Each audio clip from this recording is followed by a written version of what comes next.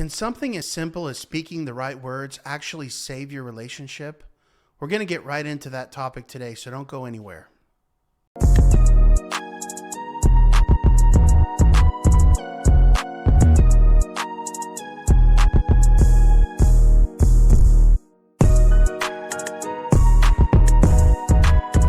Hey everybody, Marriage Ranger here. I really appreciate you being here to watch this video. And if you enjoy the content, please like and subscribe. It really helps me a lot and I do appreciate it so much. You probably heard that communication is very important to marriage, and this is so true. Communication serves as the cornerstone upon which every bond is built or broken. Every word that we utter carries the potential to shape the course of our future, wielding the power to either fortify the foundation of trust or sow the seeds of conflict. It doesn't really matter which kind of relationship that you're thinking about right now, either a husband and wife relationship or a boyfriend and girlfriend relationship, children and their parents, or siblings with each other. This is an eternally true universal principle. Language has a profound influence on relationships. So it is so important to explore how our words can either nurture flourishing unions or precipitate their demise. First of all, we have to understand that the words we choose can wield immense power, and we have to get our head right before we get into discussion on any topic. This is the problem in so many cases, and it's an especially explosive situation when both parties in the relationship are going into a dialogue without preparing themselves. If both the husband and the wife, for example, constantly dwell on negativity, such as questioning if the other partner wants a divorce, or habitually belittling one another, or inadvertently sabotaging the strength of the relationship through all kinds of accusations and attacks, there's going to be many problems in the near future. We have to eliminate these thoughts and think in an upward way in order to prevent destructiveness in our conversations. On the other hand, when we express optimism about our relationship, about our family, about our future with one another, what we are doing is paving the way for good times to come. I know what you're probably thinking right now is, what about every time I go into the discussion with a positive mindset, but then my spouse is only thinking about negativity, or my girlfriend or my partner or whoever is always in the negative? Then what? What do I do at that point? Okay, admittedly, this is a real problem, and I think we have all been there before at some time or another. The answer is to make the decision to speak non-violently and speak uplifting words no matter what is being thrown at you. Then you at least have a fighting chance at bringing peace to the discussion. It's a really straightforward concept. The language we employ can either fortify our relationship's foundation or undermine it. Incessant negativity breeds a self-fulfilling prophecy where our pessimistic outlook becomes our reality. And this is logical, but it's also a spiritual principle. Our words shape our destiny, whether it's divine intervention or psychological manifestation. I personally believe both to be the true factors, but whatever the case may be, the way that we speak has an influence on what is in our future. But regardless of the underlying mechanism and whatever it is that you think is going on, one thing remains abundantly clear. Our words carry weight.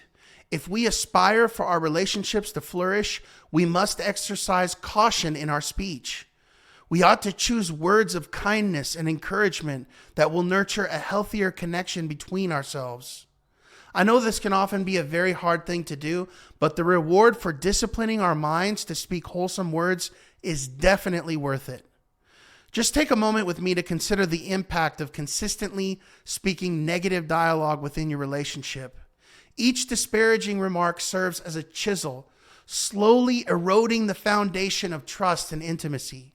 Over time, the accumulation of hurtful words can create a chasm too vast to bridge, leading to irreparable damage. And why does this happen? Well, respect is gone when words tear us down, isn't it? Trust is gone because you never know when hurtful and negative words are going to be thrust upon you. You learn to expect the hatefulness. You become traumatized, and it's a miserable life. It's miserable feeling like you're always walking on eggshells, and it's only a matter of time until he or she lashes out at you again. This is a very painful state to be in, and anyone would feel traumatized by that. So it's very important to generate warm feelings with cool-headedness and words that prove your optimism and hope for the future. An environment full of positivity and affirmation breeds resilience. By speaking our aspirations for a brighter future and expressing gratitude for the present, in spite of what hatred and negativity is being spewed out against us, we will lay the groundwork for growth and healing.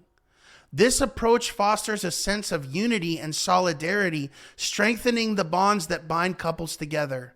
It's not me versus you anymore. It's us. We are a unit. We are a team. We are in this thing together. And you can share anything with me because I'm here for you and I love you. When you decide to disregard the negativity of the past, and the past, by the way, may have been just about 5 seconds ago, what are you doing? What happens when you put the pain of angry words on hold? When you stop being reactive to every statement that impacts your emotions in less than desirable ways? I'm not saying ignore every problem and pretend that it doesn't exist. I am saying that for a brief moment, for the sake of unity and peace and oneness, disregard the terrible pain and refuse to respond in like manner. We think of Christ in the Bible. Christ did not revile in return. He showed us that we don't have to revile in return. Anyway, the words are only as painful as you will allow them to become. You can decide not to let them cut you and destroy you from within. Dr. Marshall Rosenberg, in his book, Nonviolent Communication, A Language of Life, called this process emptying yourself. And this is exactly what the Bible talks about in the book of Philippians chapter 2, verse 7. It's exactly what Christ did when he came to this earth. He humbled himself down. He suffered immensely for a time so that a relationship could be created, specifically the relationship that we can have with God and with him. And so what do we do then to follow in his footsteps? We have to swallow our pride, make ourselves nothing, and become humble. Without humility, none of this is possible. Those words that we heard in the past that stung us and that hurt so badly, those words are water under the bridge. They were spoken by a human being who was in pain, and they carry no weight anymore. If this is your mindset, you will have a much easier time speaking with uplifting and optimistic terms, words that truly do alter your future for the better. In the realm of psychology, the idea of self-fulfilling prophecy sheds light on the transformative power of language. When you consistently speak negative expectations like, you never do what I ask you, and you said that you were going to do that, but I know you never will. You always break your promises. You hurt me before and you're going to hurt me again. You are not a good spouse and you can't meet my needs, and so on and so forth. When you say things like this, you are unwittingly setting yourself on a path toward fulfilling those prophecies. Conversely, by embracing an optimistic outlook and speaking positive affirmations, we can actively shape our reality. Yes, words do have that much power. Yes, you can tap into the humanity of the person in the relationship with you, and you can draw out the goodness within that person. If you are a spiritually inclined person, you can attribute the influence of words to divine intervention. In every religious belief system on earth, it is believed that prayer has power. Hindus believe this, Buddhists, Muslims, Jews, and of course, Christians all pray for a positive future. If they did not believe this, they wouldn't be praying. And what is prayer but just a speaking of words? I remember watching old movies before and reading old books and seeing the common phrase, I pray you listen to me, or I pray you don't do this, and so on. And this is an antiquated, outdated way of saying that you're speaking to someone, but that's all that prayer is. We may think it strange to say, I pray you, because prayer is in reference to communicating with God. But prayer is actually any form of sincere communication. It can be toward God, or it can be toward another person, or even to ourselves. Prayer is powerful because there's power in our words. By God's words, the universe was created, including each one of us, and we were made in his image. So let's create goodness in marriage and in all of our relationships by speaking goodness upon it. Words possess the power to invoke blessings or curses. By aligning our speech with the divine will of God and speaking words of faith and blessings, we invite divine favor into our relationships. This is a serious matter because life and death are in the power of the tongue. As we wrap this up, I just want to add one more thing. Our words have the power to mold our realities, shape the course of our connections, and change the lives of ourselves and others. We can foster an environment of positivity and encouragement or break down our entire household with negativity. So then it is so important to speak with mindfulness and embrace the transformative potential of our language. I want to thank you so much for watching this video. And if there's any way I can help you, you can reach me on my website, www.marriageranger.com.